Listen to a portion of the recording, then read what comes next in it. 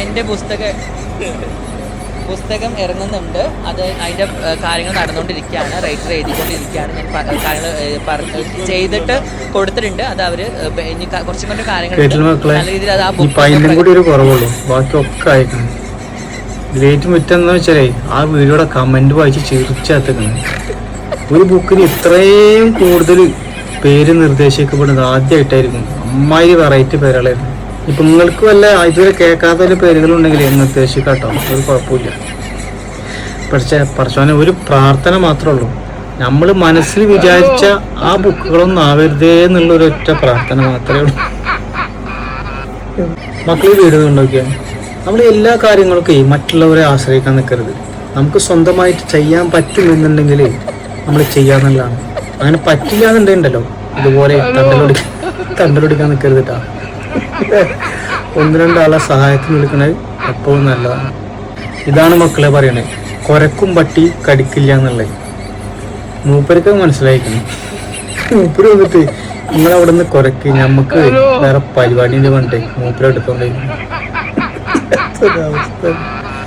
മക്കളെയൊക്കെ കൊണ്ടുനോക്കിയാൽ ഇതാണ് പറയണത്. നമ്മൾ പഠിച്ചെടുക്കുന്ന ഓരോ അഭ്യാസങ്ങളുണ്ടല്ലോ, അത് നമ്മൾ ഇടക്കിടക്ക് ഇങ്ങനെ എക്സ്പീരിയൻസ് കൊണ്ടിരിക്കണം.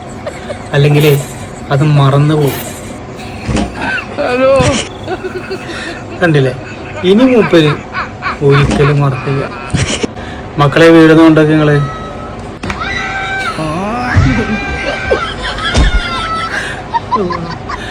എക്സസൈസ് എടുക്കാൻ വേണ്ടിയിട്ട് വന്നാണ് കുട്ടികൾ. ഇത് കണ്ടപ്പോളേ കുട്ടികളെ ഓട്ടം നോക്കി നിങ്ങൾ. തുടക്കം തന്നെ എങ്ങനെയാണെങ്കിൽ പിന്നെ ഇത് കഴിയുമ്പോഴും കുട്ടികളുടെ അവസ്ഥ ഉണ്ടാവൂലേ. നിങ്ങളെന്താ വിചാരിച്ച് ആണുങ്ങൾക്ക് മാത്രമേ ഇതൊക്കെ പറ്റുള്ളൂ എന്നാ? ഞങ്ങൾ പെണ്ണുങ്ങൾക്ക് ഇതൊക്കെ പറ്റും കേട്ടോ. അതെ, ഇതാണ് പറയുന്നത്. ഞങ്ങൾ ആണുങ്ങൾക്ക് പറ്റുന്ന കുറച്ച് കാര്യങ്ങളുണ്ട്, മനസ്സിലായ? അത് ചിലപ്പോൾ പെണ്ണുങ്ങൾക്ക് പറ്റിക്കൊള്ളണമെന്നില്ല. എല്ലാത്തൊരവസ്ഥ.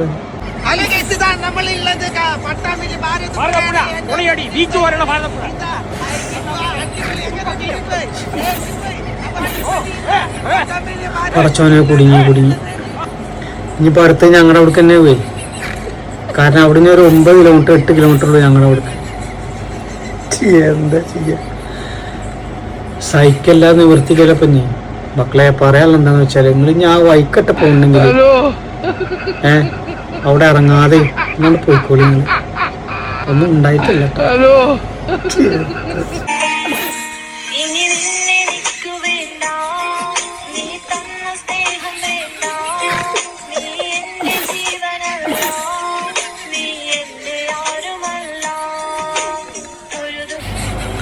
താത്ത, നിങ്ങൾ ആർക്കും വേണ്ട എന്നുള്ള തോന്നലുണ്ടല്ലോ, അതാണ് മാറ്റിക്കോളി. നിങ്ങൾ ഇൻസ്റ്റാഗ്രാമിൽ നിങ്ങൾ ആവശ്യമുണ്ട്.